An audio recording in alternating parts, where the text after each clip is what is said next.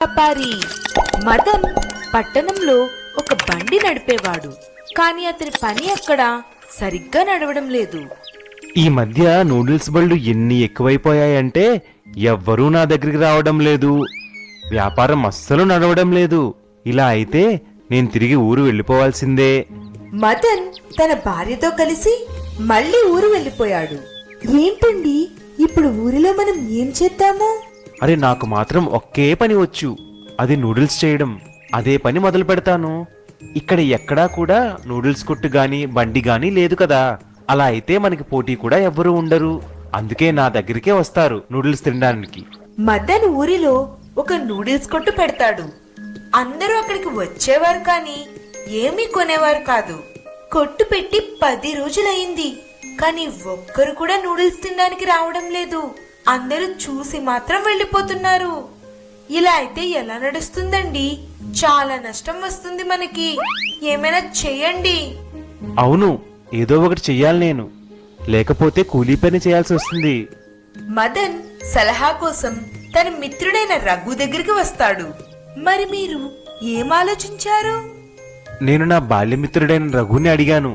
ఈ ఊరిలో వారికి అసలు చౌమీన్ రుచి ఎలా ఉంటుందో కూడా తెలియదని అతను చెప్పాడు. అందుకే వాళ్ళు చౌమీన్ తినడానికి రావడం లేదు. వాళ్ళు ఊరి వాళ్ళు కదా, అనవసరంగా డబ్బులు ఎక్కడా ఖర్చు పెట్టరు. ఇప్పుడు మనం ఏం చేద్దాము? వీరికి చౌమీన్ ఎలా అమ్ముదాము? ఎల్లుండి ఇదే ఊరిలో రఘుకి పెళ్ళవుతుంది. అతని పెళ్లిలో ఊరివారందరికీ ఉచితంగా నూడిల్స్ తినిపిద్దామని నేను అనుకుంటున్నాను. దానివల్ల అందరికీ నూడిల్స్ రుచి కూడా తెలుస్తుంది. అలా మన గురించి కూడా తెలుస్తుంది కదా. అబ్బా, ఇది చాలా మంచి ఉపాయము. మదన్ అలాగే చేశాడు. రఘు పెళ్లిలో అందరికీ నూడిల్స్ తినిపించాడు. అందరికీ నూడిల్స్ రుచి బాగా నచ్చింది. అలా అందరూ నూడిల్స్ తినడానికి మదన్ కొట్టుకు వచ్చేవారు. నేను చెప్పాను కదా, ఒక్కసారి కనుక నూడిల్స్ తింటే ఎప్పుడు నీ దగ్గరికే వస్తారని. అలా మెల్లిమెల్లిగా మదన్ వ్యాపారం పెరిగింది. కొద్ది రోజుల్లోనే మదన్ కొట్టు దగ్గర కొనేవారు ఎక్కువైపోయారు. అరే మదన్ అన్నా, మాకసలు తెలియనే తెలీదు ఈ చౌమీన్ అంటే ఏంటో. కానీ ఈ రోజు నువ్వు తినిపించిన చౌమీన్ తిని నాకు నిజంగా మజా వచ్చేసింది. చాలా బాగుంది. వా మదనన్నా, నువ్వు మంచి పనివాడివే. మంచి రుచికరంగా నూడిల్స్ చేశావు. ఇదంతా చూసి మదన్ కి అత్యాశ పెరిగిపోయింది. అతను చేసే పని మీద అతనికి గర్వం వచ్చేసింది. అప్పుడు అతను నూడిల్స్ ఖరీదు రెట్టింపు చేశాడు. ఎప్పుడైతే రేటు పెంచాడో అక్కడికి తినేవారు రావడం తగ్గిపోయారు. అలా కొద్ది రోజుల్లోనే అతని వ్యాపారం మళ్ళీ పడిపోయింది. మళ్ళీ ఇదేంటండి ఇలా అయింది? ఎవ్వరూ నూడిల్స్ తినడానికి రావట్లేదు. మదన్, నేను నీకు ముందే చెప్పాను, వీరు ఊరివాళ్లు, ఆలోచించి మరీ డబ్బులు ఖర్చు పెడతారు. నువ్వు మళ్ళీ ఖరీదు తగ్గించకపోతే వాళ్ళు నూడిల్స్ తినడానికి రారు. ఇంకా మదన్ పొగరిప్పుడు తగ్గింది. అందుకే అతను మళ్ళీ ఖరీదు తగ్గించి అందరితో చాలా మంచిగా మాట్లాడాడు కూడా. అలా మళ్ళీ అతని వ్యాపారం పెరిగింది. మంగలివాడి కొడుకు ఆనంద్ కిషోర్ అనే ఒక మంగళవాడు ఉండేవాడు. అతను చాలా పేదవాడు. ఒక చెట్టు కింద అద్దం ఇంకా కుర్చీ వేసుకుని ఎలాగో ఒకలా పని చేసుకునేవాడు. ఇప్పుడతను ముసలివాడు అయిపోయాడు కాబట్టి అతని కొడుకు విజయ్ని తన పని చూసుకోవాలని అనుకుంటాడు. కాని అతని కొడుకు రోజంతా ఏదో ఒక దాన్ని గురి చూసి కొట్టేవాడు. ఏ చెట్టు కింద అయితే మంగళవాడు కూర్చునేవాడో విజయ్ అదే చెట్టు కింద ఒకసారి కత్తెరతో మరోసారి రాళ్లతో గురి చూసి కొట్టేవాడు. అతని ప్రావీణ్యం చూసి అందరూ అతన్ని పొగిడేవారు.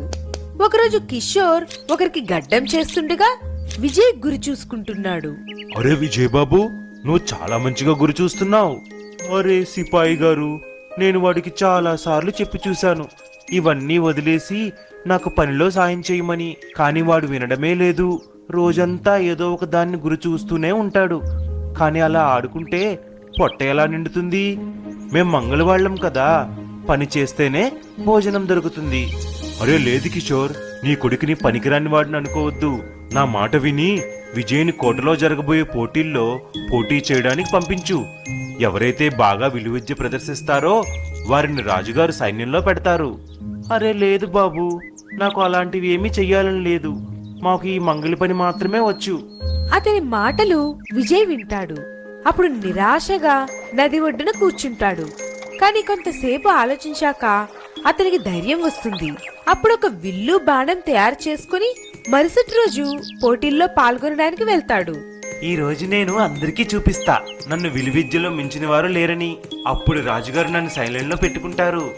రాజుగారికి పోటీల్లో అందరికన్నా విజయ్ విల్లు విద్య ప్రదర్శన చాలా బాగా నచ్చింది. అతని అన్ని బాణాలు లక్ష్యాన్ని ఛేదించాయి.